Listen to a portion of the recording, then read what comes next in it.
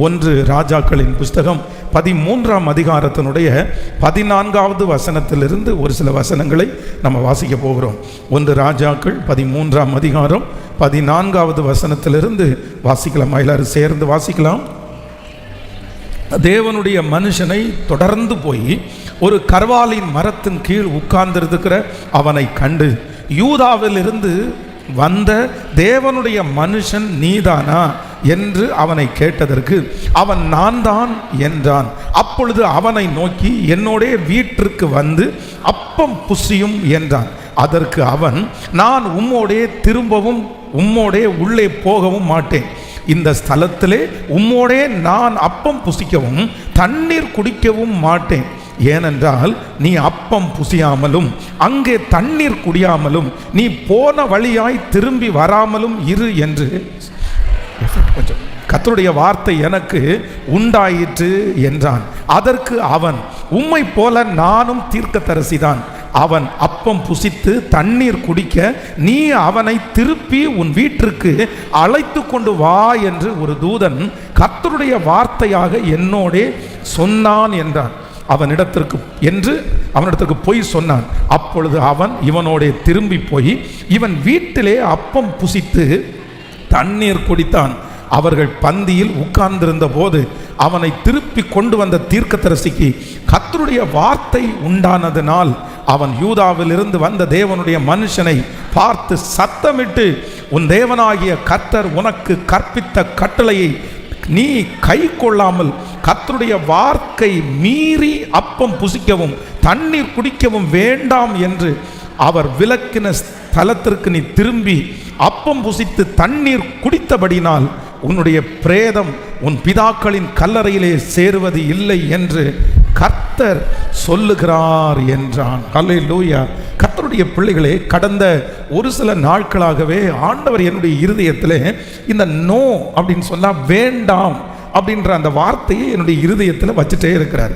அப்படின்னா ஒரு தேவனுடைய பிள்ளைக்கு எந்த காரியத்தை எடுத்தாலும் எஸ், ஆமாம் நான் செய்கிறேன், சரி பரவாயில்ல அப்படின்ற வார்த்தைகள் அவருடைய இருதயத்தில் வந்தாலும் சில காரியத்தை குறித்து கண்டிப்பாக ஆண்டவர் என்ன எதிர்பார்க்கிறார் அப்படின்னா நம்ம நோ அப்படின்னு சொல்லணும், வேண்டாம் அப்படின்னு சொல்லணும். ஆனால் இந்த நோ அப்படின்ற இந்த வார்த்தையை சொல்லாததுனாலே பெரிய பெரிய பிரச்சனைகளை நிறைய ஆண்டவருடைய பிள்ளைகள் தங்களுடைய வாழ்க்கையிலேயே அனுமதித்திருக்கிறார்கள். சிலர் சொல்லுவாங்க, இல்லை எனக்கு அப்படி மூஞ்சி முறிச்சு எனக்கு பேச தெரியாது, எனக்கு அவ்வளவு சீக்கிரமாக நோ சொல்ல தெரியாது. யாராவது ஒருத்தர் ரொம்ப பணிவாக கேட்டுட்டாங்கன்னா, யாராவது ஒருத்தர் பணிவாக சொல்லிட்டாங்கன்னா உடனே நான் என்ன பண்ணுவேன்னா எஸ் சொல்லிடுவேன். இன்னைக்கு நான் பாதிக்கப்பட்டிருக்கிறதுக்கு காரணம், நான் இன்னைக்கு நஷ்டப்பட்டிருக்கிறதுக்கு காரணம் இந்த நோ அப்படின்ற ஒரு வார்த்தை எனக்கு சொல்ல தெரியாததுனால தான் நான் இவ்வளவு கஷ்டப்படுறேன் அப்படின்னு ஆயிரக்கணக்கான ஜனங்கள் சொல்லிக்கொண்டே இருக்கிறார்கள். இந்த இடத்துல நம்ம என்ன வாசிக்கிறோம் அப்படின்னு சொன்னா, ஒரு இளம் தீர்க்கதரிசி. இந்த இளம் தீர்க்கதரிசியினுடைய வாழ்க்கை உங்களுக்கு எல்லாருக்கும் பரிச்சயமானது தான். இந்த இளம் தீர்க்கதரிசி போய் ஒரு மிகப்பெரிய ரட்சிப்பை உண்டு பண்ணுகிறார். அங்கே ஒரு பெரிய அற்புதம் நடக்கிறது.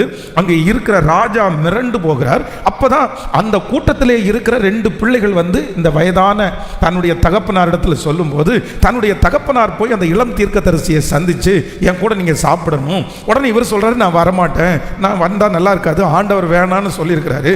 ஆனா இந்த மனுஷன், ஆண்டவர் என்கிட்ட பேசினாரு, ஆண்டவர் என்கிட்ட சொன்னாரு, நீ என் கூட அப்பம் புசிக்க வரணும்னு சொன்ன உடனே இந்த இளம் தீர்க்கதரிசி எஸ் நான் வர்றேன் அப்படின்னு சொல்லி அவனுடைய வீட்டிலே சாப்பிட்டுட்டு இருக்கும் போதே எந்த தீர்க்கதரிசி கூட்டிட்டு போனாரோ, எந்த தீர்க்கதரிசி இது ஆண்டவருடைய வார்த்தை என்று பொய் சொன்னாரோ, அந்த தீர்க்கதரிசியினுடைய வாயிலிருந்து நீ கர்த்தருடைய வார்த்தையை கீழ்ப்படியாமல் இருந்ததனால் உன்னுடைய பிரேதம், உன்னுடைய சரீரம், உன்னுடைய வம்சாவளியாய் இருக்கிற ஊழியக்காரர்கள் இருக்கிற இடத்துல உனக்கு போவது இல்லை என்று ஆண்டவர் சொன்னார்.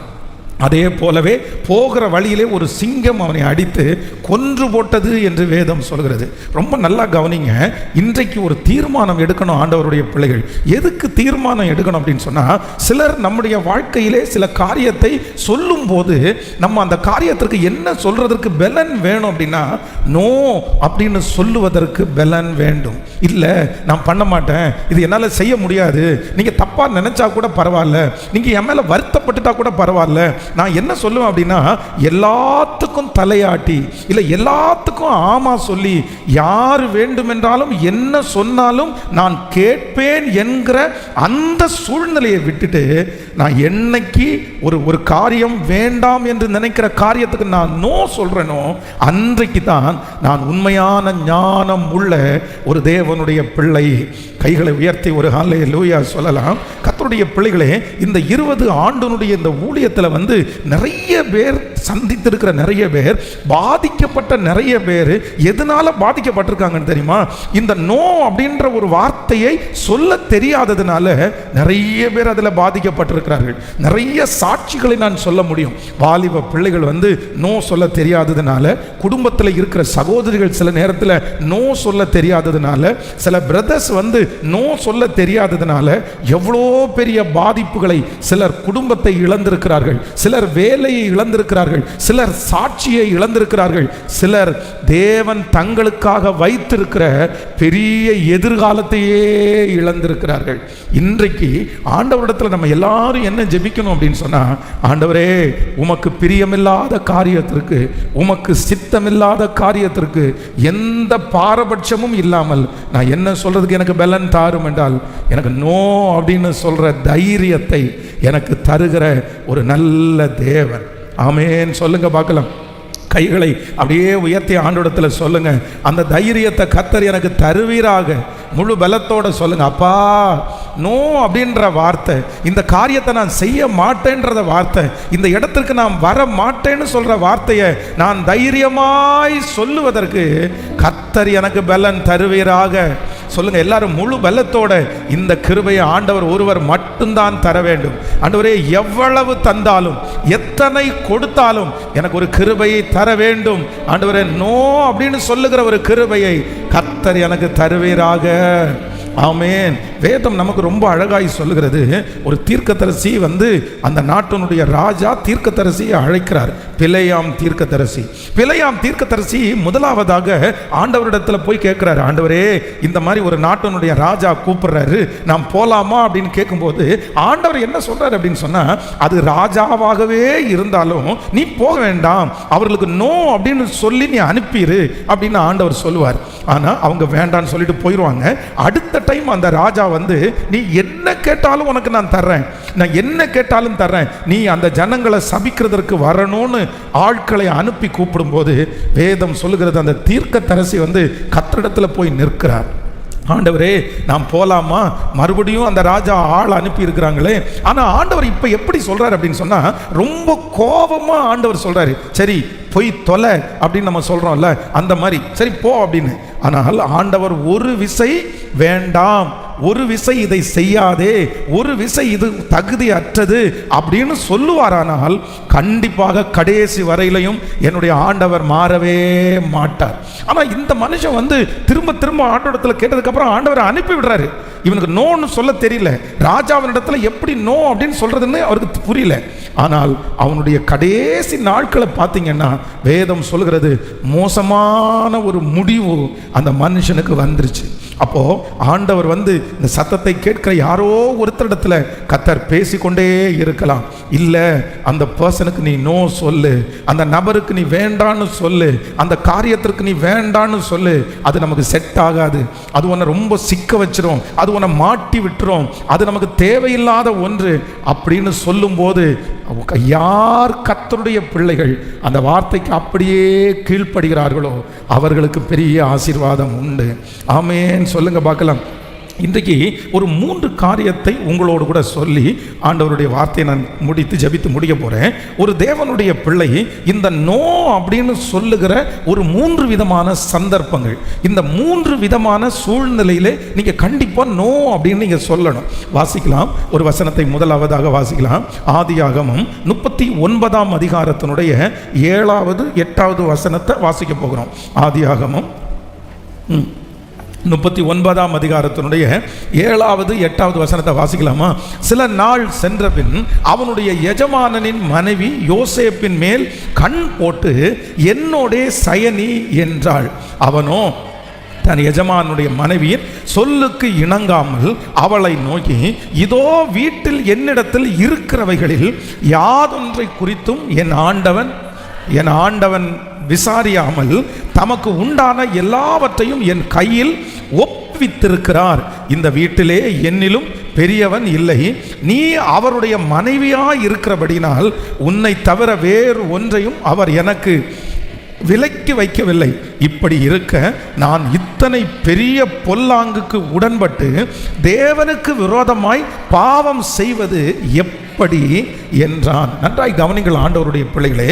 நம்பர் 1, முதலாவதாக ஒரு தேவனுடைய பிள்ளை எந்த சூழ்நிலையில் நோ அப்படின்னு சொல்லணும். இல்லை அப்படின்னா இல்லை, நீ எவ்வளோ வேணாலும் கொடுத்துக்கோ, நீ எவ்வளோ பெரிய ஆளாக வேணாலும் இருந்துக்கோ, ஆனால் இந்த விஷயத்தில் நான் எஸ் அப்படின்ற ஒரு வார்த்தையை நான் சொல்ல மாட்டேன் அப்படின்ற ஒரு தீர்மானம் எதில் எடுக்கணும் அப்படின்னா, இந்த யோசேப்பு போத்திபாருடைய வீட்டிலே இருக்கிறான். அப்போ இந்த போத்திபாருடைய மனைவி வேதம் சொல்லுகிறது அவன் பேல் கண் போட்டு.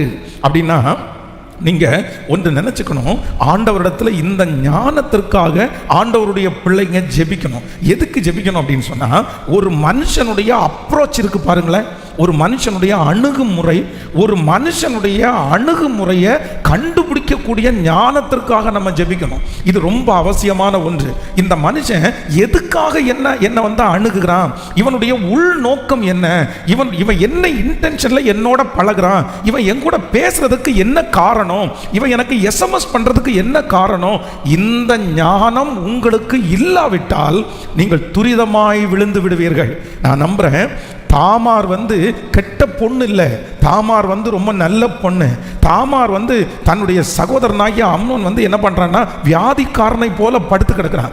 அப்போ அவங்களுடைய தகப்பனார் பார்க்கறதுக்காக வர்றாரு. என்னப்பா நீ ரொம்ப வியாதியா இருக்கிறியா, உனக்கு என்ன பிரச்சனை அப்படின்னு கேட்கிறாரு. அது ஒன்றும் இல்லை, என் சகோதரி என்னுடைய வீட்டிற்கு வந்து எனக்கு சமைச்சு மட்டும் கொடுத்தா நான் சரியாயிருவேன்றான். இப்போ நல்லா கவனிச்சுக்கங்க, அந்த வீட்டுக்குள்ள போய் அந்த சகோதரி, அந்த தாமார், ஒரு வாலிப பெண் சமைச்சு கொடுக்க போறாரு. அவ சமைச்சு அந்த சமைச்ச பொருளை நேரம் எங்க கொண்டு வர்றாங்க அப்படின்னா ஃப்ரெண்ட் ஹாலில் கொண்டு வராங்க. கொண்டு வரும்போது அவன் என்ன சொல்றான் அப்படின்னா, இங்க கொண்டு வராத, நீ எங்க கொண்டு வந்துரு, நீ பெட்ரூமுக்குள்ள கொண்டு வா அப்படின்னு கூப்பிடுறான். அப்ப நான் என்ன நினைக்கிறேன் அப்படின்னு சொன்னா, அந்த ஒரு டைம் இருக்கு பாருங்களேன், அந்த ஒரு இடம் இருக்கு பாருங்களேன், அந்த இடத்துல மட்டும் இந்த தாமார் வந்து எதுக்கு பெட்ரூம் வரைக்கும் கொண்டு வர சொல்றான், எதுக்கு வீட்டில் இருக்கிற அத்தனை பேரையும் வெளியே போக சொல்லியிருக்கிறான், என்ன காரணம், இவனுடைய பார்வை சரியில்லையே, இவனுடைய பேச்சு சரியில்லையே, இவன் எதுக்கு இப்படி நான் செஞ்சு கொடுத்தாதான் இவன் சரியாடுவானா, எதுக்கு இவன் இப்படி கேட்டான். அந்த மாதிரி தன்னிடத்திலே சமைக்க சொன்ன, சமைச்சு கொடுத்தா சாப்பிட்டா சரியாருவேன்னு சொன்ன அந்த இடத்துல கொஞ்சம் சுதாகரிச்சிருந்தா கண்டிப்பா சொல்றேன், அந்த பிள்ளையினுடைய கற்பை அந்த இடத்துல அவங்க இழந்திருக்க வேண்டிய அவசியமே இல்லை. ஒவ்வொரு ஆண்டவருடைய பிள்ளைகளும் கண்டிப்பாக நீங்கள் ஜெபிக்கணும். எதுக்கு ஜெபிக்கணும் அப்படின்னு சொன்னா, என்னோடு பேசுவதற்கு, என்னோடு பழகுகிறதற்கு வருகிறவர்கள் என்ன உள்நோக்கத்தோடு எங்கிட்ட பழக வர்றாங்கன்ற ஞானத்தை, ஆண்டவரே நான் மாட்டினதற்கு பிற்பாடல்ல, நான் தோல்வி அடைந்ததற்கு பிற்பாடல்ல, ஆண்டவரே நான் முன்கூட்டியே அறிந்து கொள்ளுகிற ஞானத்தை எனக்கு கிருபையாய் கட்டளை இடுகிறவர். பிள்ளைகளுக்காக ஜெபிக்கிறவர்கள் மறக்காம எதுக்கு ஜெபிக்கணும் அப்படின்னா, என் பிள்ளைய பாதுகாத்துக்குங்க, என் மகனை பாதுகாத்துருங்க. எதுக்கு பாதுகாத்துக்குங்க அப்படின்னு சொன்னா, என் பிள்ளையினிடத்துல, என் மகனிடத்துல யார் எந்த நோக்கத்தோடு பழக வருகிறார்களோ அதை அறிந்து கொள்ளக்கூடிய ஒரு ஞானத்தை கர்த்தர் கிருபையாய் தருகிறவர். அப்படியே கைகளை உயர்த்தி சொல்றவங்க சொல்லுங்க பார்க்கலாம். ஒரு ஜெபமாய் கடந்து போகட்டும். தகப்பனே தகப்பனே, இப்பொழுது அந்த கிருபைக்காக நாங்கள் கெஞ்சுகிறோம், கிருபைக்காக கெஞ்சுகிறோம். ஆமென். அப்ரோச் பண்ணும்போது, ஆண்டவரே வந்து நிற்கும் போது, சொல்ல ஆரம்பிக்கும் போது, இதனுடைய நோக்கம் என்ன, அதனுடைய ஆழம் என்ன, அதுல என்ன மனசுல அவங்களுக்குள்ள இருக்குது, அப்படி கண்டுபிடிக்கக்கூடிய ஒரு ஞானத்தை இப்பொழுது இந்த பிரசங்கம் பண்ணி கொண்டு இருக்கும் போதே யாரெல்லாம் கேட்கிறார்களோ அவர்கள் மேல் நீர் வைப்பீராகப்பா. உங்களில் ஒருவன் ஞானத்தில் குறைவுள்ளவனாய் இருந்தால் அவனுக்கு சம்பூரணமாய் கொடுப்பேன் என்று வாக்கு கொடுத்த தெய்வம் இப்பொழுது அதை தருகிறதற்காக நன்றி, தருகிறதற்காக நன்றி. ஹல்லேலூயா. கைகளை அசைத்து ஒரு ஹல்லேலூயா. இதை மறக்காம நீங்க வச்சு நீங்க ஜெபம் பண்றதற்கு உங்களை அன்போடு கேட்கிறேன். சில திருமணமான சில சகோதரிகள் கூட பாருங்க, இதுல ரொம்ப வெகுளித்தனமா இருப்பாங்க. இது அவங்களுக்கு தெரியவே தெரியாது.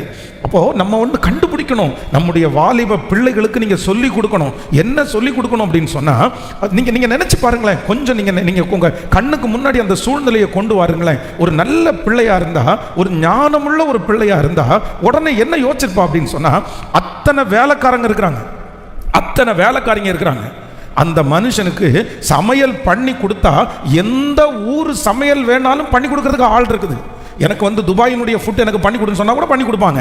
அந்த மாதிரி வேலைக்காரர்களும் இத்தனை வேலைக்காரிகள் இருக்கும்போது நான் மட்டும் சமைச்சு கொடுத்தா அவனுக்கு எப்படி சரியாக போகுது?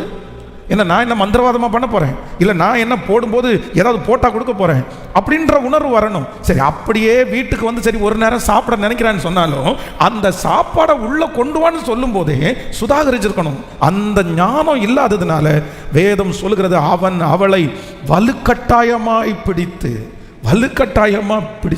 அந்த இடத்துல கத்த கூட செஞ்சிருக்கலாம். ஆனால் அது ஒரு பெரிய சாப்டர். அந்த ஞானத்திற்காக ஜெபிக்கணும். ஆனால் இந்த இடத்துல வந்து வேதம் நமக்கு ரொம்ப அழகாக சொல்லுகிறது, இந்த யோசேப்பை அந்த போத்திபாருடைய மனைவி வந்து கண் போட்டு அடிக்கடி அவங்கள தொந்தரவு பண்ணிட்டே இருக்கிறாங்க.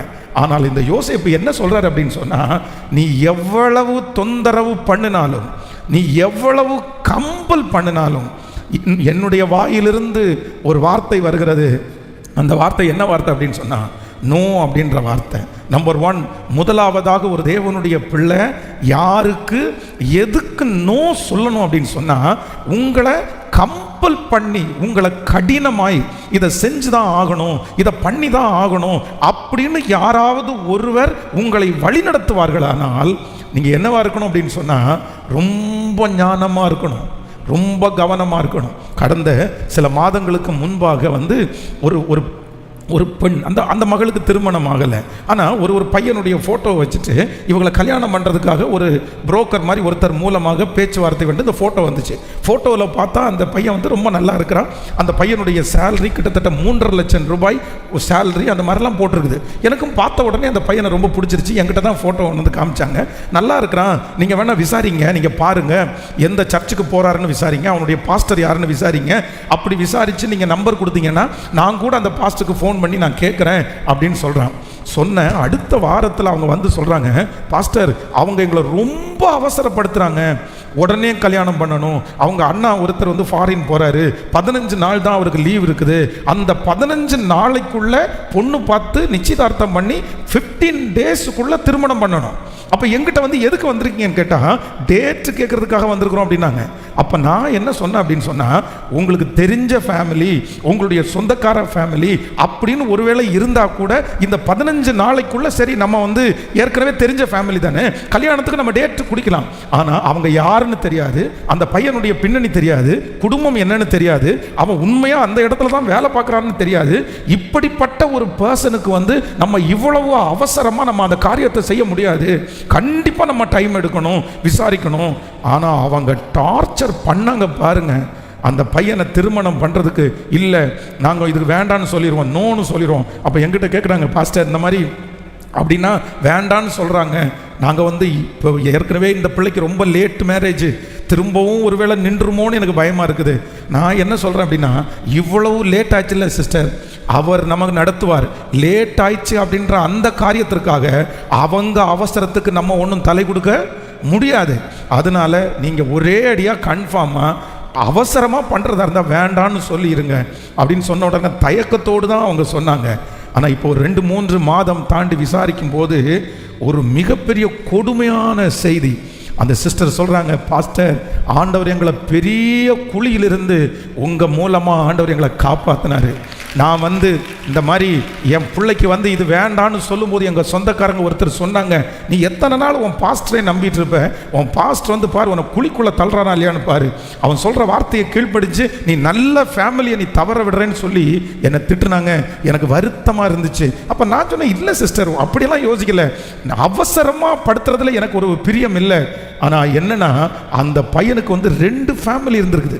அவன் வந்து திருமணம் பண்ணுறது இந்த பிள்ளைய அல்ல, ஏற்கனவே ஒரு ஃபேமிலியை ஒரு குழந்தையோட யாருக்குமே தெரியாமல் ரன் பண்ணிட்டு இருந்திருக்கிறான். அவங்க அம்மா அப்பாவுக்கு கூட தெரியாது. திருமணமாகி 3 மாதத்தில் அந்த பெண் வீட்டார் கண்டுபிடிச்சு அந்த பையனை பிடிச்சி கேட்டால் எனக்கு 2 ஃபேமிலி வேணும்னு அவன் சொல்கிறான். இவர்களுக்கு அந்த நியூஸ் வந்துருச்சு, அவ்வளவு சந்தோஷப்பட்டார்கள். கர்த்தருடைய பிள்ளைகளே, ஒன்று நினைத்து கொள்ளுங்கள், உங்களை யார் அவசரப்படுத்தினாலும், கடன் வாங்குறதற்கு உங்களை அவசரப்படுத்தலாம், சொத்து வாங்குறதற்கு உங்களை அவசரப்படுத்தலாம், ஏதோ ஒரு காரியத்திற்கு நீங்கள் செய்யுங்க, இந்த ஆஃபர் திரும்பி கிடைக்காது, நாளைக்கு கிடைக்காது, நாளைக்கு முடிஞ்சிடும், நாளான்னைக்கு உங்களை விட்டு போயிடும். நான் சொல்றேன், கர்த்தர் உங்களுக்காக ஆயத்தம் பண்ணி வைத்திருக்கிறதை ஒருவராலும் எடுத்து போட முடியாது.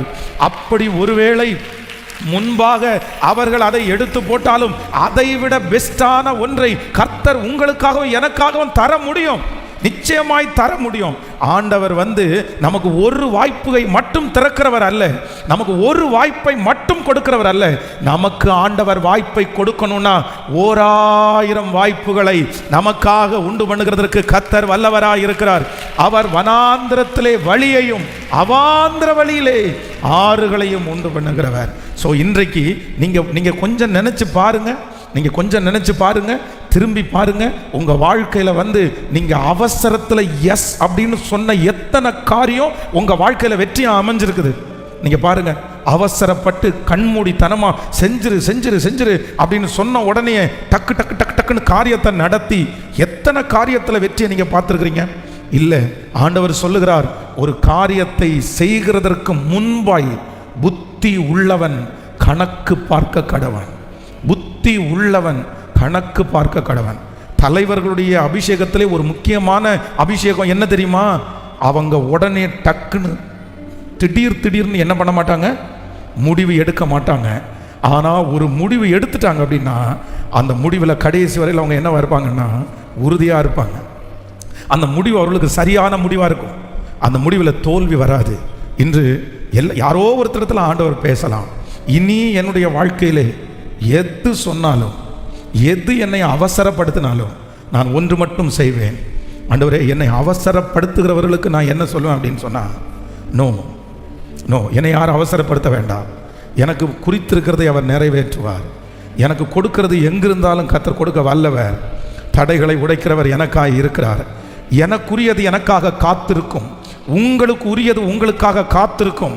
உங்களுக்குரியதை வேறு யாரும் பறித்து கொள்ள முடியாது, உங்களுக்குரியதை வேறு யாரும் எடுத்து போட முடியாது. வேதம் சொல்கிறது, உங்களுக்குரிய காரியம் தாண்டி உங்களிடத்துக்குத்தான் வருமே தவிர உங்களிடத்திற்கு இருந்து போகிறத கண்டிப்பா வேற யாரும் எடுப்பதற்கு கர்த்தர் அனுமதிக்க மாட்டார்.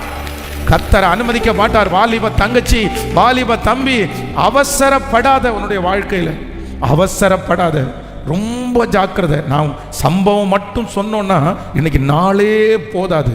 என்னுடைய கண்ணுக்கு முன்னாடி அவசரப்பட்ட எத்தனை பேர் வாழ்க்கையில் இப்போ பாருங்களேன், இந்த திருச்சபையில் இந்த நேரத்தில் எனக்கு முன்னாடி இருக்கிற நிறைய பேர் இன்னைக்கு பாதிக்கப்பட்டிருக்கிறாங்க.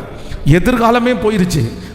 அவங்க பிரகாசிக்க வேண்டியவங்க, ஆனால் அணைஞ்சு போகிற விளக்க போல இருக்கிறாங்க. காரணம் என்ன தெரியுமா? யாராவது ஒருத்தர் அவசரப்படுத்தி அந்த அவசரத்திற்கு தங்களுடைய இருதயத்தை சாய்த்ததினால். ஆமேன். நீங்கள் இது மட்டும் இல்லை, இன்னொரு வசனத்தை நீங்கள் வாசிக்க முடியும். நீங்கள் நியாயாதிபதிகளின் புஸ்தகம் 16ஆம் அதிகாரத்திற்கு வாங்க. நியாயாதிபதிகளின் புஸ்தகம் 16ஆம் அதிகாரத்தினுடைய 16வது வசனத்தை வாசிக்கலாமா? 16ஆம் அதிகாரம், நியாயாதிபதிகளின் புஸ்தகம் 16ஆம் அதிகாரம் 16வது வசனம். இப்படி அவனை தினம் தினம் தன் வார்த்தைகளாலே நெருக்கி அலட்டி கொண்டிருக்கிறதினால் சாகத்தக்கதாய் அவன் ஆத்துமா விசனப்பட்டு தன் இருதயத்தை எல்லாம் அவளுக்கு வெளிப்படுத்தி, சவரவன் கத்தி என் தலையின் மேல் படவில்லை, நான் என் தாயின் கற்பத்தில் பிறந்தது முதல் தேவனுக்கென்று நசரேயனானவன், என் தலை சிரைக்கப்பட்டால் என் பலம் என்னை விட்டு போகும், அதனாலே நான் பலட்சமாகி மற்ற எல்லா மனுஷரை போலும் ஆவே என்று அவளிடத்தில் சொன்னான். நல்லா கவனிச்சுங்க ஆண்டவருடைய பிள்ளைகளே, இந்த இடத்துல யார் அப்படின்னு சொன்னா சிம்சோனை குறித்து வேதம் சொல்கிறது. சிம்சோனை என்ன பண்றாங்க அப்படின்னா, இப்படி அவனை தினம் தினம் தன் வார்த்தைகளாலே நெருக்கி அலட்டி கொண்டிருந்ததனால், அப்படின்னா டார்ச்சர் பண்றாங்க. அந்த லேடி டார்ச்சர் பண்றா. என்ன சொல்ல மாட்டியா? எப்படி வந்துருச்சு? எங்க இருந்து அந்த பெலன் வந்துருச்சு? நீ எப்படி இது பண்ணலாம்? அமைதியா இருக்காத, சொல்லு, பதில் சொல்லு, பதில் சொல்லு, எஸ் ஆர் நோ சொல்லு. ஆனா நீங்க எஸ் ஆர் நோ சொல்லுன்னு சொல்றாங்க பாருங்களேன். நீங்க நோன்னு சொல்லுங்க, அடுத்த டைம் திருப்பி என்ன கேட்ப தெரியுமா? இல்ல இல்ல யோசிச்சு சொல்லு. இல்லை கொஞ்சம் பிளான் பண்ணி சொல்லு. எதுக்கு இப்படி? சரி நாளைக்கு டைம் எடுத்துக்கோ. அப்போது இந்த லேடி இந்த இடத்துல என்ன பண்ணுறாங்க அப்படின்னு சொன்னால், அவனை வந்து டார்ச்சர் பண்ணுறாங்க. இந்த மனுஷன் என்ன பண்ணியிருக்கணும்னா, அந்த இடத்த விட்டு உடனே வெளியே போயிருக்கணும், அந்த இடத்த விட்டு உடனே ஓடி இருக்கணும். வேண்டாம் வேண்டாம் வேண்டாம், இவனை ரொம்ப டார்ச்சர் பண்ணான். ஆனால் வேதம் சொல்கிறது, அந்த நோ அப்படின்னு சொல்றதற்கு தைரியம் வராததுனால அமைதியாரு, நான் தான் ஒரு டைம் சொல்லலைன்னு சொல்லிட்டேன்ல, வேண்டான்னு சொல்லிட்டேன்ல, அதுக்கப்புறம் என்ன திரும்ப திரும்ப இப்படி டார்ச்சர் பண்ண? இதெல்லாம் முடியாது. இனி நீ டார்ச்சர் பண்ணேன்னா உன்னுடைய மொபைலை நான் வந்து பிளாக் லிஸ்ட்டில் போட்டுருவேன், நான் திரும்பி பேச மாட்டேன். இந்த மாதிரி ஒரு தைரியம் வராமல் அப்படியே வளைஞ்சு கொலைஞ்சு அப்படியா இப்படியான்னு பேசினதுனால வேதம் சொல்லுகிறது, கடைசியில் அவள் எங்கே அந்த மனுஷனை கொண்டு விட்டா அப்படின்னு சொன்னால், தன்னுடைய இருதயத்தில் உள்ளதையெல்லாம் சொல்லி எஸ் அப்படின்னு சொல்றதற்கு நேராய் அந்த தேவ மனுஷனை நடத்தினாங்க. இன்னைக்கு ஆண்டவர் வந்து தெளிவாய் பேசுகிறார், கர்த்தர் விளக்கமாய் பேசுகிறார். நான் என்ன சொல்லணும் அப்படின்னு சொன்னா, என்னை அவசரப்படுத்துகிறவர்களுக்கு நான் என்ன சொல்ற கிருபையை கர்த்தர் தரணும்னா, நோ அப்படின்னு சொல்ற கிருபை. ஹல்லேலூயா ஹல்லேலூயா. நீங்கள் பொறுமையாய் கையாண்டு, ஒருவேளை உங்களுடைய பொறுமையினால் ஒரு காரியம் வந்து உங்களை விட்டு தடைப்பட்டு போகுதுன்னா, நீங்கள் அதை குறித்து எவ்வளவோ நீங்கள் கவலைப்படாதீங்க. உங்கள் கணவனார் ஒருவேளை திட்டலாம், நீ அமைதியாக இருந்ததுனால தான் இது போயிடுச்சு. மனைவி திட்டலாம், நீங்கள் அவள் செய்யுங்கன்னு சொன்ன, நீங்கள் கேட்கவே இல்லை. உங்கள் பார்வைக்கு ஒருவேளை அது நீங்கள் இழந்தது மாதிரி தோணலாம். ஆனால் நான் நம்புகிறேன், கிடையவே கிடையாது. ஆண்டவர் உங்களுக்கு என்று வச்சிருக்கிறத நீங்கள் எப்படி இழக்க முடியும்? அது நீங்கள் எப்படி இழப்பீங்க? நான் நம்புகிறேன், அதை வேற யார் எடுத்தா கூட கர்த்தர் விட மாட்டார். உங்களுடைய தாமதத்தினால அது கண்டிப்பாய் உங்களை விட்டு போகவே போகாது. ஹல்லேலூயா. கைகளை அசைத்து ஒரு ஹல்லேலூயா சொல்லுங்க பார்க்கலாம். எல்லாரும் சொல்லுங்க, ஆண்டவரே என்னை அவசரப்படுத்தும் போது நான் நோ சொல்றதனுடைய தைரியத்தை நீர் எனக்கு தருவீராக. கேளுங்க, அப்பாட்ட கேளுங்க. யாரோ ஒருத்தடத்துல ஆண்டவர் தீர்க்க தரிசனமாய் பேசுகிறார், யாரோ ஒருத்தடத்துல ஆண்டவர் ஸ்ட்ரெயிட்டா பேசிட்டே இருக்கிறாரு. இல்லை, நான் உன்னை அழைத்தது உண்மை. ஆமேன். அவருடைய வாலிப தம்பியை பார்த்து கர்த்தர் சொல்றாரு, தங்கச்சியை பார்த்து சொல்றாரு, நீ அவசரப்படாத. நீ படுத்துறவங்களுக்கு ஓ நோ இல்லை, அந்த காரியத்தை செய்ய முடியாது. அந்த தைரியம் இப்பொழுது எங்களுக்குள்ளே வருவதாகப்பா. கேளுங்க பார்க்கலாம் முழு பலத்தோட. ஆண்டவரே எங்களை நேர்த்தியாய் நடத்துகிற கர்த்தர், நேர்த்தியாய் நடத்துகிற கர்த்தர், நேர்த்தியாய் நடத்துகிற கர்த்தர். ஸ்தோத்திரம் ஸ்தோத்திரம் அப்பா. அந்த கிருபையை தாரும் ஆண்டவரே, அந்த தைரியத்தை தாரும் ஆண்டவரே. இப்பொழுது அந்த தைரியம் உம்முடைய பிள்ளைகளுக்கு உண்டாவதாக, உண்டாவதாக, உண்டாவதாக. ஆமென். அதிசயங்களை செய்கிற தேவன் நம்மோடு இருக்கிறார். அவர் திறந்த வாசலை ஒருவராலும் அடைக்கவே முடியாது. எனக்கு குறித்ததை நிறைவேற்றி முடிப்பவர் நீரே ஐயா, நீரே எனக்காக யாவை செய்து முடிப்பவர் நீரே ஐயா, நீரே எனக்கு குறித்ததை நிறைவேற்றி முடிப்பவர் நீரே ஐயா, நீரே எனக்காக யாவை செய்து முடிப்பவர் நீரே ஐயா, நீரே. அப்பா உமக்கு ஸ்தோத்திரம், அன்பே உமக்கு ஸ்தோத்திரம். பாடுவோம். அப்பா உமக்கு ஸ்தோத்திரம், அன்பே உமக்கு ஸ்தோத்திரம். மலாகாத காரியம் மலாகாத காரியம். பாடுவோம். மலாகாத காரியம் ஒன்றுமில்லை, எல்லாமே உம்மாலா. அல்லேலூயா, எல்லாமே உம்மா. கைகளை மேல தட்டி ஆகும், எல்லாமாகும் உம்மாலே, எல்லாமாகும் ஆகும், எல்லாமாகும் உம்மாலே, எல்லாமாகும். ஹல்லேலூயா. ஆமென். எத்தனை பேர் ஆமோதிக்கிறீர்கள்? இப்படி லோன் தரோம் அப்படின்னு சொல்லி உங்களுக்கு அப்படி நடக்கும் இப்படி நடக்கும், நடையா நடப்பாங்க. எது வரைக்கும் நடையா நடப்பாங்க? ஃபோன் கால், அத்தனை ஃபோன் கால் பண்ணுவாங்க. சிஸ்டர் இது உங்களுக்கு நானா இன்னும் நிறைய பேர் ஸ்பிரிச்சுவலாக கூட பேசுவாங்க. என்ன பேசுவாங்கன்னா, நீங்களும் சர்ச்சுக்கு போகிறீங்க, நானும் சர்ச்சுக்கு போகிறேன். அவங்க சர்ச்சு வாசலில் கூட போயிருக்க மாட்டாங்க. எனக்கு ஜீசஸ் ரொம்ப பிடிக்கும், எனக்கு ஜீசஸை ரொம்ப பிடிக்கும். அந்த ஜீசஸ் தான் உங்கள் முன்னாடி என்ன வந்து ஹலோ கொண்டு வந்து நிறுத்தினாரு. ஜீசஸ் தாங்க, ஜீசஸ் தான் பாருங்க. நான் எங்கேயோ போக வேண்டிய ஆள், அந்த ஜீசஸ் வந்து என் வண்டியை உங்கள் வீட்டு பக்கமாக திருப்பி இந்த நன்மை உங்களை வந்து சேரணும்னு நீங்கள் உடனே ஜீசஸ்ன்னு நினச்சிடக்கூடாது. அது ஜீசஸனுடைய பேரில் ஒரு குட்டி சாத்தான். ஆமாம், பேர் தான் ஜீசஸ். ஆனால் உள்ளுக்குள்ளே இருந்து செயல்படுகிற ஆவி வந்து வஞ்சிக்கிற ஆவி. அவசரப்படுத்துகிறாங்கன்னாலே அதில் ஏதோ ஒன்று இருக்கு. ஒன்று நம்ம தலையில் கட்ட பார்க்குறாங்கன்னு அர்த்தம். ஏதாவது 1 2 100ல் 1 2 ஏதாவது ஒன்று இப்போ வந்து சிலர் வந்து இந்த வீடு விற்பனைக்கு அப்படின்னு போட்டிருந்தாங்கன்னு வைங்களேன், அர்ஜென்ட் சேல், அவசரத்தில் இருக்கிறார் அப்படின்ற. ஏன்னா ஜனங்களுக்கு வந்து இந்த மாதிரி ஒரு கேள்விக்கு சொல்லிட்டாங்கன்னா உடனே நம்ம நிறைய பேர் அப்படி விழுந்துடுறது மாதிரி விழுந்துடுறோம். ஆனால் கிடையவே கிடையாது. நான் நோ சொல்லுவேன், நான் நோ சொல்லுவேன். எதுக்கு நோ சொல்லுவேன்னா, என்னை அவசரப்படுத்துகிற எந்த காரியத்தையும் நான் உடனே என்ன பண்ண மாட்டேன்னா செய்ய மாட்டேன். அல்லேலூயா. நம்பர் 2, ரெண்டாவதாக சீக்கிரமாக வாசிக்கலாமே. நீங்கள் ஆதியாகமம் 2ஆம் அதிகாரத்தினுடைய 17வது வசனத்தை வாசிக்கலாமா? ஆதியாகமம் 2ஆம் அதிகாரத்தினுடைய 17வது வசனத்தை வாசிக்கலாம். ஆனாலும் நன்மை தீமை அறியத்தக்க விருட்சத்தின் கனியை புசிக்க வேண்டாம், அதை புசிக்கும் நாளிலே சாகவே சாவாய் என்று கட்டளையிட்டார். நீங்கள் 3ஆம் அதிகாரம் 11வது வசனத்தை கூட வாசிக்கலாம். ஆதியாகமம் 3ஆம் அதிகாரம், ஆதியாகமம் 3:11. அப்பொழுது அவர், நீ நிர்வாணி என்று உனக்கு அறிவித்தவன் யார்? புசிக்க வேண்டாம் என்று நான் விலக்கின விருட்சத்தின் கனியை புசித்தாயோ என்றார். அதற்கு ஆதாம், என்னுடனே இருக்கும்படி தேவரீர் தந்த ஸ்திரீயானவள் அவ்விருட்சத்தின் கனியை எனக்கு கொடுத்தாள், நான் புசித்தேன் என்றான். நல்லா கவனிச்சுங்க ஆண்டவருடைய பிள்ளைகளே.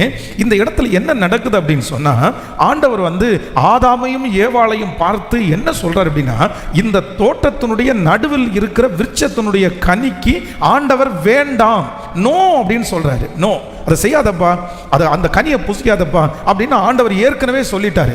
ஆனா இந்த பிசாசு என்ன பண்றான் அப்படின்னா, உள்ள வந்து இப்போ எதை விதைக்கிறான் அப்படின்னு சொன்னா, அந்த ஆதாமுக்குள்ளையும் ஏவாளுக்குள்ளையும் ஒரு பெரிய நம்பிக்கையை உள்ளுக்குள்ள விதைக்கிறான். நம்பிக்கை விதைக்கிறான். இல்ல, நீங்க இந்த கனியை புசிச்சீங்கன்னா நீங்க யார மாதிரி மாறிடுவீங்க அப்படின்னா, தேவர்களை போல மாறிடுவீங்க, நீங்க அப்படியே ஆயிருவீங்க. பாருங்க, இது இவனை பாருங்க, பாருங்க இவளை பாருங்க அப்படின்னு சொல்லி நிறைய மனிதர்களை முன்பாக கொண்டு வந்து நிறுத்தி நமக்குள்ள என்ன விதைப்பாங்க அப்படின்னா, நம்பிக்கையை விதைப்பார்கள்.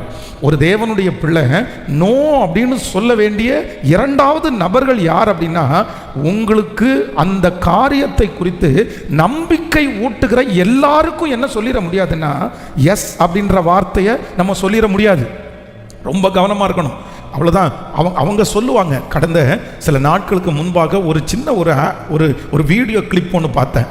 அந்த வீடியோ கிளிப்பில் ஒரு நார்த்தில் இருக்கிற ஒரு அம்மா, ஒரு வயதான அந்த அம்மா என்ன சொல்கிறாங்க அப்படின்னு சொன்னால், எனக்கு வந்து லாட்ரி, அந்த லாட்ரியில் வந்து நான் வந்து கேம் மாதிரி விளையாடினேன், அதில் வந்து எனக்கு 1 கோடி ரூபாய் பரிசு கிடச்சிச்சு அப்படின்னு அந்த அம்மா சொல்கிறாங்க வீடியோவில்.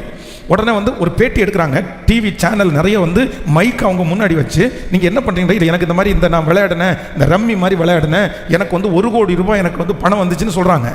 ஆனால் அந்த வீடியோனுடைய மறுபுறத்தை பார்த்தீங்க அப்படின்னு சொன்னால், ஒரு பையன் யாருக்கும் தெரியாமல் மொபைலில் வந்து அதை வந்து ஷூட் பண்ணியிருக்கிறான். ஒரு டீம் அந்த அம்மாவை தனி ரூமில் கொண்டு வந்து வச்சு அந்த அம்மாவுக்கு ப்ராக்டிஸ் கொடுக்குறாங்க. எதுக்கு ப்ராக்டிஸ் கொடுக்குறாங்க? நீ மீடியாவுக்கு முன்னாடி எனக்கு 1 கோடி எனக்கு பரிசு கிடச்சிச்சு நீ சொல்லு. அந்த அம்மாவுடைய வீடு ரொம்ப சின்ன குட்டி வீடு. இந்த வார்த்தையை அவங்களுக்கு, இந்த அம்மாவுக்கு வரமாட்டேங்குது. அவங்க ப்ராக்டிஸ் கொடுக்குறாங்க, சொல்லுன்னு. நம்ம நிறைய பேருக்கு என்ன தெரியும்? உங்களுடைய கண்ணுக்கு என்ன தெரியும்? அந்த அம்மா, ஐயோ பாவப்பட்ட அம்மா, இந்த அம்மாவுக்கு வந்து கிடைச்சிருச்சு, இந்த அம்மாவுக்கு கிடைச்சா நமக்கு கிடைக்காதா? லாட்ரி, கேரளாவில் லாட்ரி சீட்டெல்லாம் நிறைய பேர் வாங்குறாங்க. அந்த லாட்ரி, இப்போ லாட்ரி ஒருத்தருக்கு அடிச்சிருக்கு போல, உடனே நிறைய பேருக்கு நம்ம ஆட்களுக்கு கேரளா போகலான்னு தோணுது. போயிட்டு லாட்ரி வாங்கிட்டு வந்துடுவோமா? அதுலையாவது கண்ணை திறக்க மாட்டாரா? ஒருவேளை ஆண்டவர் நம்மளை நினைக்கணும்னு நினச்சா ஒரு லாட்ரி வாங்கி நல்லா 21 நாள் உபவாச ஜபத்தில் நம்ம ஜெபம் பண்ணுவோம். ஆண்டவர் வந்து நமக்கு லாட்ரி அடிக்க பண்ணுவார். தசமபாகத்தில் சர்ச்சை கொடுத்துருவோம். அதுக்கப்புறம் கடனை முடிச்சிடலாம். நம்முடைய ஆண்டவர் அப்படி நம்மளை ஆசீர்வதிக்கிறவர் அல்ல. நம்முடைய கையின் பிரயாசத்தை ஆசீர்வதிக்கிறவர், நம்முடைய முயற்சிகளை ஆசீர்வதிக்கிறவர். ஹல்லேலூயா. பஞ்சமுள்ள தேசத்திலே ஈசாக்கு விதை விதைத்தான், கர்த்தர் அவனை 100 மடங்கு கர்த்தர் அவனை ஆசீர்வதித்தார். இன்றைக்கு இந்த சத்தத்தை கேட்டுக்கொண்டிருக்கிற யாரோ ஒருத்தரை பார்த்து கர்த்தர் சொல்றாரு, இல்ல உங்களுக்கு கொடுக்கிற நம்பிக்கையிலே நீங்கள் ஒரு நாளும் எஸ் அப்படின்ற வார்த்தையை சொல்லாதீர்கள். வாலிப தங்கச்சிகளுக்கு நான் ஒரு பெரிய எச்சரிப்பு கொடுக்கிறேன், நீ ரொம்ப கவனமா இருப்பா, ரொம்ப கவனமா இருக்கு. உனக்கு நம்பிக்கையை ஊட்டுகிற மனிதர்களுக்கு நீ எஸ் சொல்லாத, எஸ் சொல்லாத. உன்னை நான் நல்லா வச்சுக்குவேன், உன்னை நான் அப்படி வச்சிருக்குவேன், உன்னை நான் ராணி மாதிரி வச்சுக்குவேன், உன்னை நான் ராஜாத்தி மாதிரி நான் உன்னை வச்சுக்குவேன், உன்னை தாம்பளை தட்டில் வச்சு நான் உன்னை பார்த்துவேன், உன் கால் மண்ணில் படாத அளவுக்கு உன்னை நடக்க பண்ணுவேன். இதெல்லாம் எத்தனை நாளைக்கு தெரியுமா? 3 நாள் தான், 3 days தான். அதுக்கப்புறம் நிறைய வார்த்தை உங்களுக்கு என்ன வார்த்தையாக போகும்னா பொய்யான வார்த்தை, பொய்யான வார்த்தை. ஆமென். கைகளை உயர்த்தி சொல்லுங்க பார்க்கலாம், ஆண்டவரே எனக்கு ஒரு தைரியத்தை தாரும், தைரியத்தை தாரும். எனக்குள்ளே விதைக்கிற அந்த நம்பிக்கைக்கு ஆண்டவரே, அந்த நம்பிக்கை தவறான நம்பிக்கையாக இருக்குமானால் எனக்கு ஒரு கிருபையை தாரும் ஆண்டவரே. அது நோ அப்படின்னு சொல்லுகிற ஒரு கிருபை எனக்கு உண்டாவதாக சொல்லுங்க முழு பலத்தோட. அப்பா அந்த கிருபை எனக்கு உண்டாகட்டும், அந்த தயவு எனக்கு உண்டாகட்டும் ஆண்டவரே. இப்போ அந்த தைரியம் எனக்கு உண்டாகட்டும் ஆண்டவரே. எனக்கு என்ன நம்பிக்கை கொடுத்தாலும், எனக்கு என்ன நம்பிக்கை கொடுத்தாலும் கர்த்தர் அதனை நடத்தாவிட்டால், ஆண்டவர் அதுக்கு ஆண்டவரே உமக்கு பிரியம் இல்லாவிட்டால், உமக்கு சித்தம் இல்லாவிட்டால், அந்த நம்பிக்கை தவறான நம்பிக்கையாய் இருக்குமானால் எனக்கு ஒரு ஞானத்தை கொடுத்து அந்த இடத்திலிருந்து என்னை தப்புவிக்கிறதற்கு தேவரீர் நீர் வல்லவராய் இருக்கிறீர்.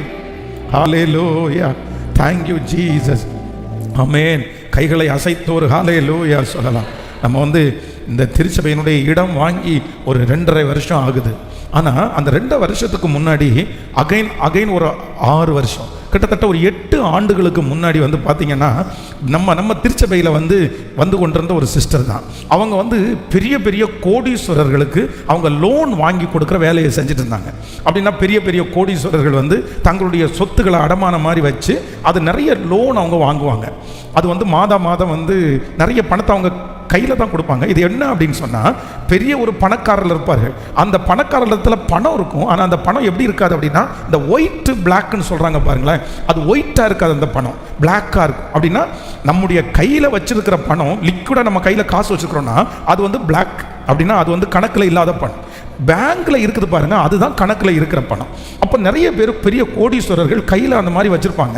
பட் இதை அவர்களால் ஒயிட்டாக சேஞ்ச் பண்ண முடியாது. அப்போ அவங்க என்ன பண்ணுவாங்க அப்படின்னு சொன்னால், இந்த மாதிரி லோன் கேட்குறவங்களுக்கு இவங்க இந்த பணத்தை கொடுத்துட்டு இவங்க அந்த பணத்தை ரிட்டர்ன் பண்ணும்போது எப்படி பண்ணுவாங்க அப்படின்னு சொன்னால், அவங்க பேங்க்கில் கொடுத்துருவாங்க. இந்த மாதிரி ஒரு பெரிய ப்ராசஸ் இருக்குது. அந்த வேலையை அவங்க செஞ்சுட்டு இருந்தாங்க. அப்போ அவர்கள் ஒரு விஷயம் திருச்சபையில் அன்னைக்கு இந்த மாதிரி மானிட்டர் ஸ்பீக்கர் 2 வாங்கணும்னா ரொம்ப காஸ்ட்லி. ஆனால் அவங்க என்ன பண்ணாங்க அப்படின்னா, 2 மானிட்டர் ஸ்பீக்கர், இந்த கீபோர்டு இதுக்கு முன்னாடி இந்த கீபோர்டு அது இன்னொரு சர்ச்சுக்கு நாங்கள் கொடுத்துட்டோம். அந்த கீபோர்டு அன்னைக்கு பார்த்தீங்கன்னா 1,10,000 அந்த கீபோர்டு. அந்த கீபோர்டு 2 ஸ்பீக்கரு கிட்டத்தட்ட ஒரு 2 lakhs 2 லட்சம் ரூபா இருக்கும். அந்த பொருளை அவங்க சர்ச்சுக்கு கொண்டு வந்தாங்க. அவங்க ஜெபம் பண்ணும்போது சொன்னாங்க, பாஸ்டர் நான் ஒரு பெரிய ஒரு நபருக்கு இந்த மாதிரி லோனுக்காக பிரயாசம் எடுத்து நான் லோன் வாங்கி கொடுத்தேன். அதனால நாங்கள் 7 பேர் அந்த டீமில் இருந்தோம். எங்கள் 7 பேருக்குமே ஒவ்வொருத்தருக்குமே ஒரு 20 லட்சம் கிடைக்கிற அளவுக்கு கடவுள் எங்களை பிளஸ் பண்ணிட்டாரு அப்படின்னு அவங்க சொன்னாங்க. சொல்லி அந்த ஸ்பீக்கரு அந்த கீபோர்டுக்காக ஜெபம் பண்ணிட்டு போனாங்க. போயிட்டு அடுத்து ஒரு சில நாட்கள் தாண்டி வந்தாங்க. நீங்களும் இடம் வாங்கணும்னு நீங்கள் ஜெபம் பண்ணிட்டு இருக்கிறீங்கல்ல, ஒரு நல்ல ஒரு பார்ட்டி இருக்கிறாங்க, அவங்க எவ்வளோ வேணாலும் லோன் கொடுப்பாங்க, நம்ம அவங்கள வேணா மீட் பண்ணலாமா அப்படின்னு சொன்னாங்க. அப்போ எனக்கு அது ஒரு சரியாக கிடைக்கல. சரி பார்க்கலாம் அப்படின்னு சொல்கிறேன். பார்க்கலான்னு சொல்கிறதுக்குள்ளேயே அவங்க என்ன பண்ணிட்டாங்கன்னா, அவசரப்பட்டு இந்த லேண்டோட ஓனரை போய் பார்த்துட்டாங்க. என்னுடைய சார்பாக வர்றது மாதிரி இந்த மாதிரி பாஸ்டர் அனுப்பி விட்டாங்க, உங்களை பார்க்க சொன்னாங்கன்னு சொல்லி அந்த ஓனரை போய் அவங்க பார்த்து, ஓனர் இடத்துல அவங்க ரேட்டு என்ன பேசுகிறாங்க அப்படின்னு அப்போ பேசிட்டு என்கிட்ட சொன்னாங்க, சாரி உங்கள்கிட்ட நாங்கள் சொல்லாமல் போனோம், பட் உங்களுக்கு ஒரு அவுட்லைன் நோட் கொடுக்கணுன்றதுக்காக தான் நான் சொல்லாமல் போனேன். எல்லாத்தையும் பேசி ரெடி பண்ணிட்டோம். 7 உங்களுக்கு கேட்குற அந்த பணம் அத்தனையும் உங்களுக்கு அவங்க லோன் தந்துடுவாங்க. மாதம் எவ்வளவு கட்டணும் அப்படின்னா, 1 கோடி ரூபாவுக்கு 1,80,000 ரூபா கட்டணும். 1 கோடி ரூபாவுக்கு 1,80,000 ரூபா, கிட்டத்தட்ட 2 லட்சம் ரூபாய். அப்போது 5 கோடி ரூபாய் நம்ம கடன் வாங்கணும்னா எத்தனை லட்சம் மாதம் கட்டணும் வைங்க? ஆனால் அந்த 7 ஆண்டுகளுக்கு முன்பாக நமக்கு இருந்த நிலைமை வந்து அப்படின்னா 10,000 20,000 எடுத்து மீட்டிங் நடத்தணும்னா கூட அவ்வளோ வருத்தமான நேரம். அவங்க எல்லாத்தையும் ரெடி பண்ணி கொண்டு வந்து இன்னொரு ஆப்ஷன் சொல்கிறாங்க, 1.5 வருஷம் எந்த பணமும் கட்ட வேண்டாம், 1.5 வருஷம் வந்து நீங்கள் லோன் எதுவுமே கட்ட வேண்டாம், 1.5 வருஷத்துக்கு அப்புறம் நீங்கள் ஸ்டார்ட் பண்ணால் போதும். ஆனால் எனக்கு அதில் ஒரு சமாதானமே இல்லை.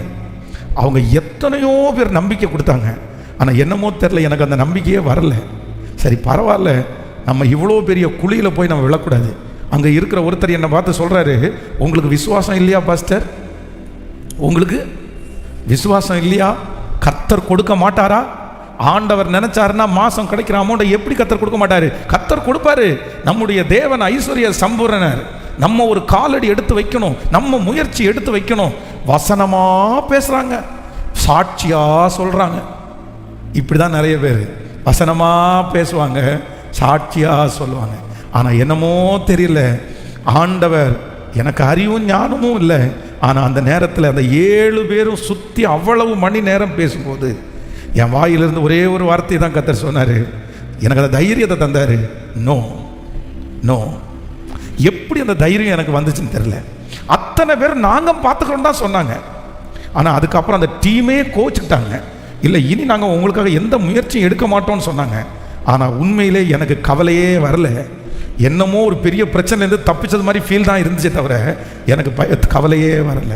அப்போது ஆண்டவருடைய பிள்ளைகளே, இன்றைக்கு இந்த சத்தத்தை கேட்கிற யாரோ ஒருத்தரிடத்துல ஆண்டவர் சொல்கிறாரு, சிலர் நம்பிக்கையான வார்த்தையை கொடுக்கும்போது நீங்கள் கண்மூடித்தனமாக என்ன பண்ணிடாதீங்கன்னா, சத்தமாக சொல்லுங்கள் பிரதர், ஒரு 1,00,000 ரூபா வாங்கி கொடுங்க பிரதர். இதான் பிரதர் 24 ஹவர்ஸுக்குள்ளே தர்றேன். ஆனால் 24 மணி நேரத்துக்குள்ளே தர்றேன்னு சொல்கிறவங்க 24 நாளாக அந்த பணத்தை அவங்களால 24 நாளாக அந்த பணத்தை ரெடி பண்ண முடியாத ஒரு நபர் 24 மணி நேரத்தில் தர்றேன்னு சொல்கிற அந்த வாக்குறுதியை எப்படி நீங்கள் நம்ப முடியும்? எப்படி நீங்கள் நம்ப முடியும்? நீங்கள் உதவி செய்ய வேண்டான்னு நான் சொல்லலை, உதவி செய்ய வேண்டான்னு சொல்லலை. ஆனால் சிலர் நம்பிக்கையான வாக்குறுதிகள் கொடுக்கும்போது நம்ம உடனே என்ன பண்ணிடக்கூடாது அப்படின்னா, கண்மூடித்தனமாக நம்பிடக்கூடாது. ஒரு 3 பேருடைய கருத்தை பிடிச்சி சொல்லுங்க, கண்மூடித்தனமாக நம்பிடாதீங்க. சொல்லுங்க, நல்லா சொல்லுங்க, கண்மூடித்தனமாக நம்பிடாதீங்க. மற்றவங்க கொடுக்குற ஹோப்பில் கொஞ்சமாவது நீங்கள் வந்து கவனமாக இருங்க, கவனமாக இருங்க. யார் நானே ஹோப் கொடுத்தாலும் நீங்கள் என்னவா இருக்கணும்? சொல்லுங்க சத்தமா, கவனமாக இருக்கணும். சூழ்நிலை எப்படி வேணாலும் மாறும். எனக்கு நாளைக்கு அடுத்த நிமிஷம் நான் எங்கே இருப்பேன், எப்படி இருப்பேன்னு உங்களுக்கு தெரியுமா? தெரியாது. அப்போ நான் கொடுக்குற வாக்குறுதியை நீங்கள் எப்படி நம்புவீங்க? பாஸ்டர் அப்படின்ற வாக்குறுதியை நீங்கள் நம்பிட முடியுமா? பாஸ்டர் சொன்னார் வாக்கு மாற மாட்டாருன்னு நம்பிட முடியுமா? பாஸ்டர் மாற மாட்டாரு. ஆனால் பாஸ்டருடைய சூழ்நிலை மாறிச்சுன்னா நம்ம எதுவும் பண்ண முடியாது. அதனால் எடுக்க மிஞ்சி பாரத்தை நீங்கள் ஒரு நாள் எடுக்கக்கூடாது. கைகளை உயர்த்தி சொல்ல, ஆண்டவரை பார்த்து, ஆண்டவரே எனக்கு ஒரு கிருபை வேண்டும். சத்தமா யாரோ ஒருத்தரிடத்துல ஆண்டவர் தெளிவாக பேசுறாரு. ஏதோ ஒரு வாலிப தம்பியின் இடத்துல கர்த்தர் தெளிவா பேசுறாரு, தங்கச்சின் இடத்துல கர்த்தர் தெளிவா பேசுறாரு. கைகளை உயர்த்தி ஆண்டவரிடத்துல கேட்கலாம், ஆண்டவரே சில மனிதர்கள் நம்பிக்கையான வார்த்தைகளை கொடுக்கும் போது, ஏசப்பா ஆண்டவரே எனக்கு தைரியமாய் நோ அப்படின்னு சொல்லுகிறதற்கு ஹல்லேலூயா ஹல்லேலூயா எனக்கு பெலன் தாரும் ஆண்டவரே, எனக்கு பெலன் தாரும் ஆண்டவரே, எனக்கு பெலன் தருவீராக. ஆமென். ஸோ நம்பர் 3, மூன்றாவதாக ஒரு தேவனுடைய பிள்ளை நோ அப்படின்னு சொல்றதற்கு நம்ம வந்து தயங்கக்கூடாது. நீங்கள் 1 சாமுவேல் 15ஆம் அதிகாரத்தை எடுத்துக்கொள்ளுங்கள். 1 சாமுவேல் 15ஆம் அதிகாரத்தினுடைய 9வது வசனத்தை நம்ம வாசிக்க போகிறோம்.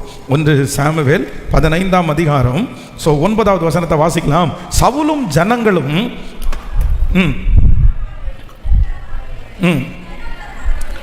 சவுலும் ஜனங்களும் ஆகானையும் ஆடு மாடுகளில் முதல் தரமானவைகளையும் 2ஆம் தரமானவைகளையும் ஆட்டுக்குட்டிகளில் நலமான எல்லாவற்றையும் அழித்து போட மனதில்லாமல் தப்ப வைத்து அற்பமானவைகளும் உதவாதவைகளுமான சகல வஸ்துக்களையும் முற்றிலும் அழித்து போட்டார்கள். அடுத்த வசனம், அப்பொழுது கர்த்தருடைய வார்த்தை சாமுவேலுக்கு உண்டாகி அவர் சொன்னது, நான் சவுலை ராஜா வாக்கினது எனக்கு மனஸ்தாபமாக இருக்கிறது. அவன் என்னை விட்டு திரும்பி என் வார்த்தைகளை நிறைவேறாமல் போனான் என்றான். அப்பொழுது சாமுவேல் மனம் நொந்து ராம் முழுதும் கர்த்தரை நோக்கி கூப்பிட்டான். மறுநாள் அதிகாலமே சாமுவேல் சவுலை சந்திக்க போனான். அப்பொழுது சவுல் கார்மேலுக்கு வந்து தனக்கு ஒரு ஜெயஸ்தம்பம் நட்டி பின்பு பல இடங்களில் சென்று கில்காலுக்கு போனான் என்று சாமுவேலுக்கு அறிவிக்கப்பட்டது. சாமுவேல் சவுலிடத்திற்கு போனான். சவுல் அவனை நோக்கி, நீர் கர்த்தரால் ஆசீர்வதிக்கப்பட்டவர், கர்த்தருடைய வார்த்தையை நிறைவேற்றினேன் என்றார். அதற்கு சாமுவேல், அப்படியானால் என் காதுகளில் விழுகிற ஆடுகளின் சத்தம், எனக்கு கேட்கிற மாடுகளின் சத்தம் என்ன? அதற்கு சவுல், அமலேக்கியரிடத்தில் அவைகளை கொண்டு வந்தார்கள்.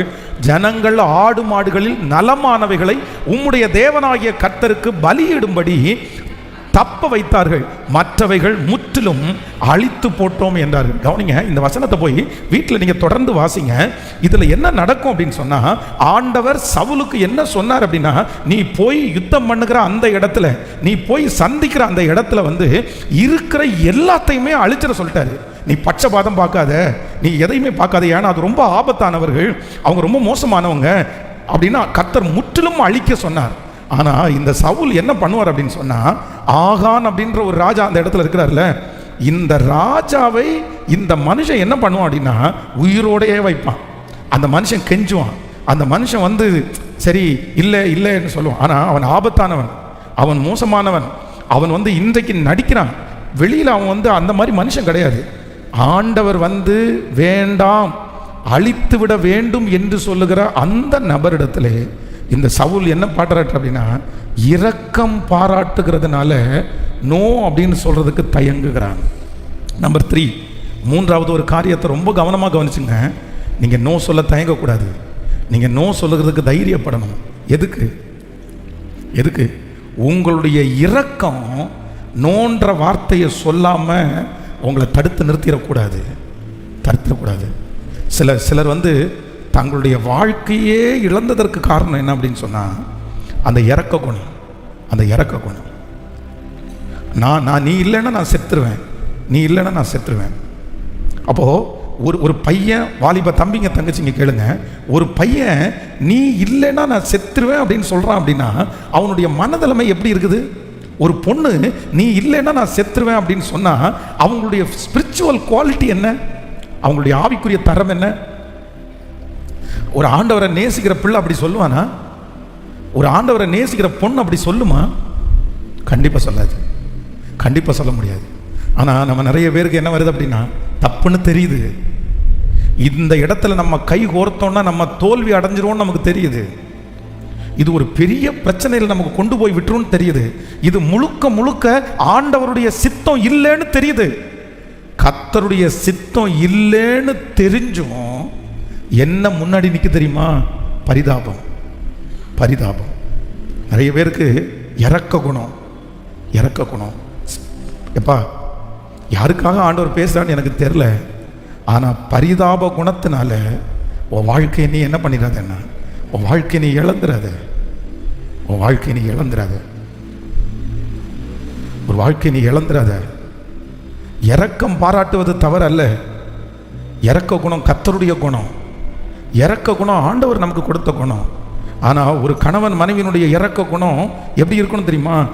கணவன் காட்டாத இரக்கத்தை ஒரு மனைவி காமிச்சா, கணவன் மனைவி 2 பேரும் சேர்ந்து இரக்கம் காமிக்கணும். கணவன் மனைவி 2 பேரும் சேர்ந்து இரக்கம் காமிக்கணும். கணவன் இரக்கம் காமிக்கல, கணவனுடைய இருதயம் இறங்கலை, ஆனால் மனைவியினுடைய இருதயம் அந்த இடத்துல இறங்குனா, இல்லை மனைவி இரக்கம் காமிக்கல, கணவனாருடைய இருதயம் அந்த இடத்துல இறங்குனா, சில நேரத்தில் அது குடும்பத்தில் என்னவா வந்து முடியும்னா பிரச்சனையாக வந்து முடிஞ்சிடும். எப்படி நேசிக்கணும் அப்படின்னா, சேர்ந்து நேசிக்கணும். சில நேரத்தில் சிலருடைய கணவனார் வந்து ஒருவேளை கடினமானவர்களாக இருக்கலாம், சில மனைவிகள் வந்து கடினமானவர்களாக இருக்கலாம், அவங்களுடைய வெறுப்புனால அவங்க வந்து அப்படி சுயறவங்களாக இருக்கலாம். ஆனாலும் ரொம்ப ஜாக்கிரதையாக இருக்கணும். ஆண்டவரே, நீர் காண்பிக்காத ஒரு இரக்கத்தை நான் காண்பியாதபடி எனக்கு கிருபையா இறங்குவீராக. ஹல்லேலூயா. சொல்லுங்க, கையை மேலே உயர்த்தி, நீங்க காமிக்காத ஒரு இரக்கத்தை நான் காண்பியாதபடி என்னை கிருபையாய் காத்துக்கொள்ளும். சத்தத்தை உயர்த்தி முழு பலத்தோட ஆண்டவரிடத்தில் சொல்லுங்க, ஆண்டவரே, நீர் காண்பியாத ஒரு இரக்கத்தை, நீங்க காண்பிக்காத ஒரு இரக்கத்தை நான் காண்பியாதபடி எனக்கு ஒரு கிருபை தாங்க ஆண்டவரே. ஒரு கிருபை தாங்க ஆண்டவரே, ஒரு கிருபை தாங்க ஆண்டவரே. ஹல்லேலூயா. இன்னைக்கு 3 காரியத்தை ஆண்டவர் நம்மோட பேசியிருக்கிறார். நம்பர் 1, முதலாவதாக ஒரு தேவனுடைய பிள்ளை எதுக்கு நோ சொல்லணும் அப்படின்னா, ரொம்ப கம்பல் பண்ணுறவங்களுக்கு, அவசரப்படுத்துகிறவங்களுக்கு என்ன சொல்லுங்க அப்படின்னு சொன்னாங்க, நோ. நம்பர் 2, இரண்டாவதாக நமக்குள்ள தவறான நம்பிக்கைகளை போடுறவங்களுக்கு சொல்கிறது எல்லாத்தையும் நம்பிடக்கூடாது. அதுக்கு நான் என்ன சொல்லணும்னா, நான் பார்த்து செய்கிறேன், நோ. நம்பர் 3, மூன்றாவதாக நம்ம யாருக்கு நோ சொல்லணும் அப்படின்னு சொன்னால், என்னுடைய இரக்கம் அவர்களுக்கு ஒரு நாளும் எஸ் சொல்லாதபடி, என்னுடைய இரக்கம் சில நேரத்தில் அவர்களுக்கு என்ன சொல்லணும் அப்படின்னா, நோ அப்படின்னு சொல்லணும். ஹல்லேலூயா, ஹல்லேலூயா. எத்தனை பேர் ஆமோதிக்கிறீங்க? அந்த தைரியத்தை ஆண்டவர் ஒருவர் மட்டும்தான் நமக்கு தரணும். அந்த பலத்தை ஆண்டவர் ஒருத்தர் மட்டும்தான் நமக்கு தரணும். அந்த ஞானத்தை அவர் ஒருவரே எனக்கு கட்டளை இடுகிறவர். Thank you Jesus. யாரோ ஒரு சிலரை ஆண்டவர் அந்த பொல்லாத கட்டுகளிலிருந்து கர்த்தர் உங்களை மீட்டெடுக்கிறதுக்காக தான் இந்த வார்த்தையை ஆண்டவர் பேசுகிறாரு. உங்கள் பிள்ளைகளுக்காக தான் ஆண்டவர் இந்த வார்த்தையை பேசுகிறாரு. எந்த விதமான தயக்கமும் இன்றி ஆண்டவர் வாக்கு கொடுக்கிறார். நீ நோ அப்படின்னு நீ சொல்லு, மற்ற காரியத்தை எனக்காக அவர் பார்த்து கொள்ளுகிறதற்கு கர்த்தர் வல்லவராக இருக்கிறார். ஆமென். அப்படியே எழும்பி நிற்கலாமா? எல்லாரும் அப்படியே எழும்பி நிற்கலாம். Thank you Jesus, thank you holy spirit. நன்றி ஆண்டவரே, நன்றி ஆண்டவரே, நன்றி ஆண்டவரே. Thank you holy spirit. நன்றி அப்பா. அப்படியே கவனிங்க, வேதம் சொல்கிறது 10 ஆண்டுகள் கழித்து, 10 ஆண்டுகள் கழித்து ஆபிரகாமுக்கு சாராய் யாரை கொடுத்தாங்களாமா? ஆகார் என்கிற ஒரு பெண்மணியை திருமணம் பண்ணுறதுக்காக சொல்கிறாரு. நீ என்னால் சன்னதி உண்டாகுன்ற நம்பிக்கை எனக்கு இல்லை, கர்த்தர் எனது கர்ப்பத்தை யார் அடைச்சிருக்கிறார் சொல்லுங்க? கர்ப்பத்தை அடைச்சிருக்கிறது யாரு? கர்த்தர் என் கர்ப்பத்தை அடைத்திருக்கிறார் என்று யாருக்கு தெரியுது? சாராளுக்கு தெரியுது. அப்போ கர்த்தர் ஒரு கர்ப்பத்தை அடைச்சிருக்கிறாருன்னா யார் தான் திறக்கணும்? யார்கிட்ட தான் போகணும்? ஒன்று நினச்சிக்குங்க, உங்கள் வாழ்க்கையில் சில காரியத்தை ஆண்டவருடைய அனுமதியோடு தடுத்து வச்சிருக்கிறாருன்னா, கர்த்தர் தான் இந்த காரியத்தை இதுவரைக்கும் கொடுக்கலன்னா, நீங்கள் இன்னொரு ஆகார நீங்கள் என்ன பண்ணாதீங்க, தேடாதீங்க. நீங்கள் யார்கிட்ட தான் போகணும்? கர்த்தர்கிட்ட தான் போகணும். நீங்கள் ஆண்டவரிடத்தை தான் போகணும்.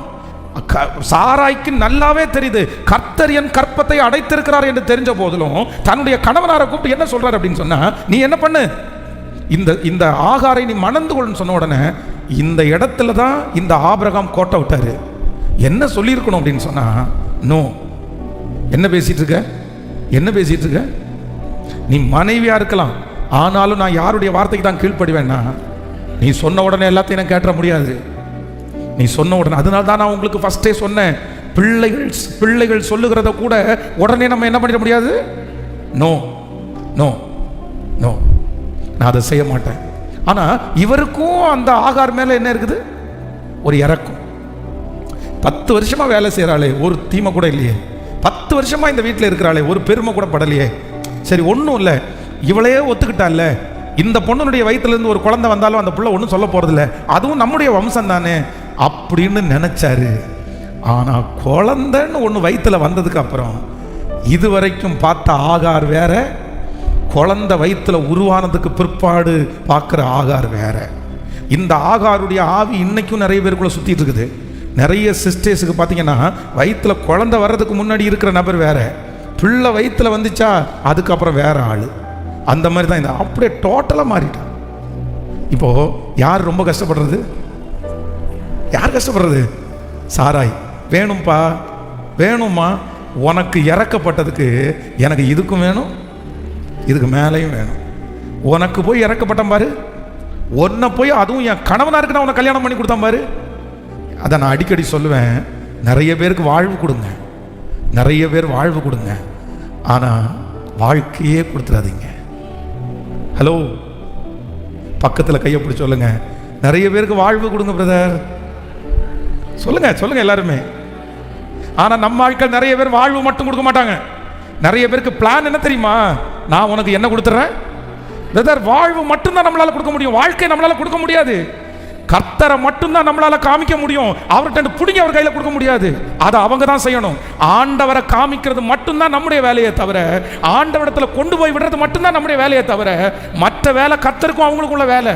அந்த வேலையும் சேர்த்து நீங்க எடுத்துட்டீங்கன்னா நீங்க கண்டிப்பா சிக்கல்ல மாட்டுவீங்க. அந்த நபராலே நீங்க பாதிக்கப்படுவீங்க. அந்த நபரே உங்களுக்கு பாதிப்பா மாறுவாங்க. அதனால வாழ்வு கொடுங்க, ஹெல்ப் பண்ணுங்க, தட்டி கொடுங்க, கர்த்தருடைய வார்த்தையை போய் சொல்லுங்க. ஆனா ஒரு நாளும் அவங்க பிரச்சனைக்கு உள்ள போய் அவனை மீட்டெடுக்க வரணும்னு நினைக்காதீங்க.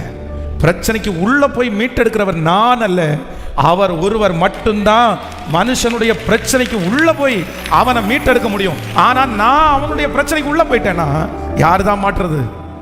நம்ம தான் மாட்டோம். ஆமேன்னு சொல்லுங்க. எத்தனை பேர் ஆமோதிக்கிறீங்க? இன்னைக்கு வீட்டுக்கு முன்னாடி போயிட்டு வீட்டில் ஒரு ஒரு ஒரு பேப்பரில் எழுதி ஒட்டணும். என்ன ஒட்டணும்? சத்தமா கேட்கல. நோ சொல்லு. சத்தமா சொல்லுங்க. என்ன சொல்லு? கேட்கல. நோ சொல்லு. பாஸ்டர், நான் இன்னைக்கு ஜபத்துக்கு வந்ததே எஸ் சொல்லுன்னு வந்துவீங்க. வந்தேன் அப்படின்னு இல்லை. எஸ் சொல்றதுக்கு ரொம்ப தாமதம் பண்ணி தான் சொல்லணும். ரொம்ப யோசிச்சு தான் சொல்லணும். ஆண்டவருடைய நடத்துதலோட சொல்லணும். இந்த ஒரே ஒரு கேரக்டரை மட்டும் நீங்க ஃபாலோ பண்ணுங்க. இந்த உலகத்தில் இருக்கிற 90% பிரச்சனை இன்னொரு மனுஷனால ஏமாத்தப்படுறதுன்றது உங்களுக்கு வரவே வராது. ஹல்லேலூயா.